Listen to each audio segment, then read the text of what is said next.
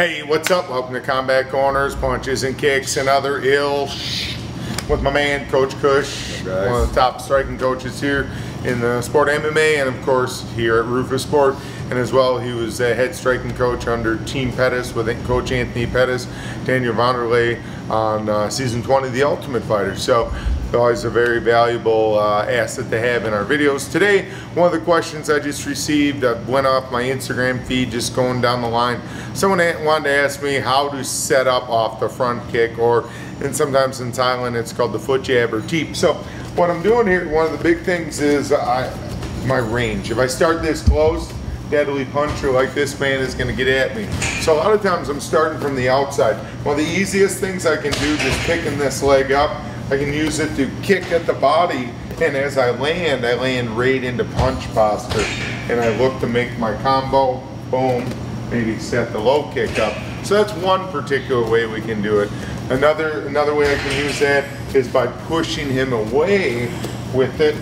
I use that to set up my low kick, my mid kick, my high kick. If I feel that he's coming into me, I use it almost to jam him, and boom, I suck in with the knee there. Like I said, if he's coming into me hard, I can use the switch and knee as well. Another trickery, two people that I'll say these names fast, is one, I used to train years ago in Thailand at the Sejutong camp. One guy, Samatu is no man, but his name was Chechai Paisatong. He passed away unfortunately in 2000 of heart failure after a fight. But he used to use the teep as you're coming in. He'll pop, set down as they charge. He'll knock guys out with a spinning elbow. Same guy from Jockey Gym. His name is Siddhapatai from the Golden Era Muay Thai. Real skinny guy. He'd catch a lot of good guys with that same particular technique. Now, as you get better with the front kick teep, you can start frustrating. You can fake. You can slide. Boom. You can slide. Boom. Bang. Like I said, as I get trickier with that, I can mess with him. One person who does that right now is the one and the only Sanchez or Kingstar. That he does really good with his lead front kick all the time, setting it up. As well too, we see in MMA, we'll see people agitate at the legs, and like I said, pop, you can pick that leg up and go to the face as well. So hopefully that gives you some ideas of how you can set up off the front kick. One of the main things is you got to push off your back leg if you're going forward, and if you're looking to keep your distance, transfer your weight away. If you're looking to come forward, see, I really transfer my weight forward. Hopefully that's helpful. Thanks, Combat Corner. As always, we just had a super successful presentation down at Combat Con at the Golden Nugget Hotel, Casino, and Resort down in Biloxi, Mississippi. Some incredible presenters. I learned so much for Roufus Sport here, my staff, my people. Like I said, if you are in the mixed martial arts business, combat sports, you want to get your business better, don't miss next year Combat Con 3. It was a great experience. UFC fighters, James Krause was there, former UFC fighter Ryan Jensen, Tim Crater, of course Alan Belcher retired there. Just a lot of very knowledgeable people in our industry who are trying to grow and get MMA better. That being said, let's talk about UFC 193. Who are you picking in the main event, Ronda Rousey or Holly Holm? It's going to be hard to go against Ronda, but Holly Holm can make it interesting if she fights the right game plan.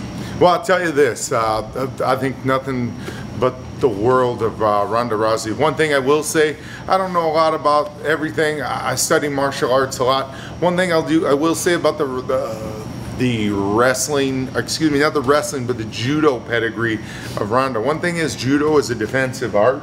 I think that if Holly Holm can use the octagon and kind of slow this fight down, she has a chance of outpointing Ronda Rousey, or at least frustrating her and making this fight go longer than any other Ronda Rousey fight. That being said, Ronda Rousey trains hard and she's shown that she's a champion. It's going to be a really interesting fight. I'm going to tune in. It's going to be awesome. And as well, for our fight fans, next week is going to be cats and dogs sleeping with one another, biblical proportion. We're going to have Mexicans and Puerto Ricans in the same arena. It's going to be insane in the membrane. And actually, Anthony Pettis invited me to go sit at the MGM with him. He's got some first class tickets because that's how he rolls. He's kind of popular. That being said, him and Sergio are going to go watch it. I'm going to watch it from my sofa. That being said, I'm excited about that fight.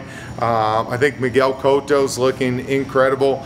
Even though he's at 35, he's reinvigorated his career. But at the same time, the Mexican sensation from Guadalajara, the Cinnamon, Mr. Canelo Alvarez, is looking ferocious.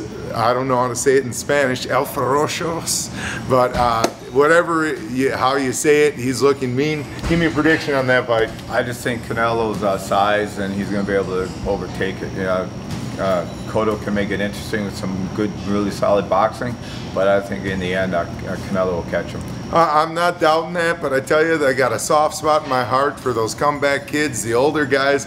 So I'm always an underdog lover, and from that small island, they produce some incredible fighters out of Puerto Rico. That being said, I think if Cotto can implement the same game plan that he applied in the Margarito 2 fight, where he can take care of that vicious Mexican hook with his check jab, it could get interesting. Either or, it's been a great year in boxing, some great talent. How about Mr. Lomachenko last week? Lomachenko is one of my favorite boxers. I watched him. The first time I saw him fight, fell in love with his style, his footwork. I'm a huge fan of footwork, and the man is one of the best at it. Yeah, and he doesn't use his footwork to move away. He uses his footwork to get in better positions, to get better punches. So for you young fighters out there, that's a great guy to emulate and study. Rigondeaux's got a big fight coming up. He's another fun guy to watch. And of course, a few weeks ago, we had the Triple G in the house. So again, another just wonderful year of boxing. I really take my hat off to the guys who run boxing. They've been getting it right recently. We're not worried about O's. We're worrying about fans. The only O's they're worrying about is the O's they can put on a guy's check, not perfect records. And as well, I gotta say, you know, they say glory kickboxing. I watched the fights. Sidichai won that fight. I'm sorry, Mr. Sidichai. You know, people were saying, well, glory this, glory that, but the heavier blows were landed by Mr. Sidichai from the Sitsong Kanong camp in Thailand. Kudos to him. He was a great fighter. No disrespect, Roman van Rossmalen, an incredible fighter too, but I just still believe that night that he was the best fighter. And it was nice to see the good doctor back, Mr. Giorgio Petrosian. And as well, I got to send a shout out to my friend's son, Josh Johnsey, my friend Vincent, longtime friend from England who now lives in Vancouver, British Columbia, Canada. Great fight. The kid has a great future. Keep kicking, keep punching, and keep getting better. He had a great performance against Giorgio. So keep those questions coming on punches and kicks. And remember, go to DukeRoufus.com. You can check out my online university with techniques from Kush and other great guys, and myself included, and all the fun little extra additives. $1 for 7 days. So go to Duke Roufus, DukeRoufus.com. And as well, when you are a member of the Duke Roufus Striking University, you can come here and train to Roufus Sport anytime and visit and train. So that's another great perk for you. Discounts on gear and all this other fun stuff, and you can meet all the team. Till then, have fun getting it done. See ya.